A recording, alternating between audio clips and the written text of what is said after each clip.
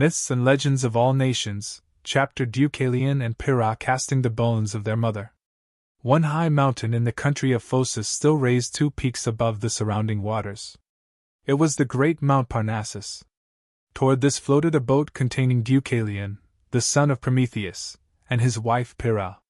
No man, no woman, had ever been found who surpassed these in righteousness and piety. When, therefore, Jupiter, looking down from heaven upon the earth, saw that only a single pair of mortals remained of the many thousand times 1,000, both blameless, both devoted servants of the gods, he sent forth the north wind, recalled the clouds, and once again separated the earth from the heavens and the heavens from the earth. Even Neptune, lord of the sea, laid down his trident and calmed the flood. The ocean resumed its banks, the rivers returned to their beds, forests stretched their slime-covered treetops out of the deep, hills followed. Finally stretches of level land appeared and the earth was as before. DEUCALION looked around him. The country was laid waste, it was wrapped in the silence of the grave. Tears rolled down his cheeks and he said to his wife, PYRRHA, beloved, solitary companion of my life, as far as I can see through all the surrounding country, I can discover no living creature. We too must people the earth, all the rest have been drowned by the flood. But even we are not yet certain of our lives. Every cloud that I see strikes terror to my soul. And even if danger is past, what shall we do alone on the forsaken earth? Oh, that my father Prometheus had taught me the art of creating men and breathing life into them. Then the two began to weep. They threw themselves on their knees before the half-destroyed altar of the goddess Themis, and began to pray, saying, Tell us, O goddess, by what means we can replace the race that has disappeared.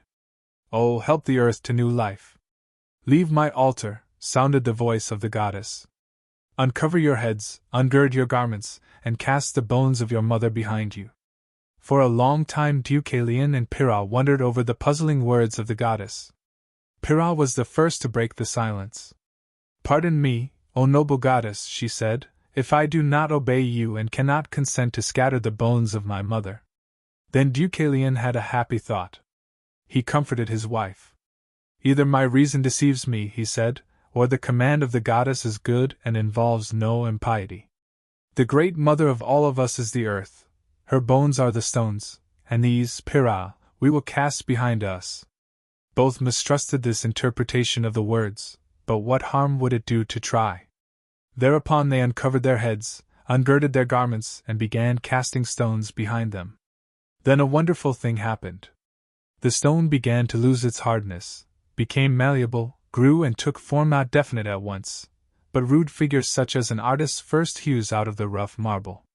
Whatever was moist or earthy in the stones was changed into flesh, the harder parts became bones, the veins in the rock remained as veins in the bodies. Thus, in a little while, with the aid of the gods, the stones which DEUCALION threw assumed the form of men, those which PYRRHA threw, the form of women. This homely origin the race of men does not deny. They are a hardy people, accustomed to work. Every moment of the day they remember from what sturdy stock they have sprung.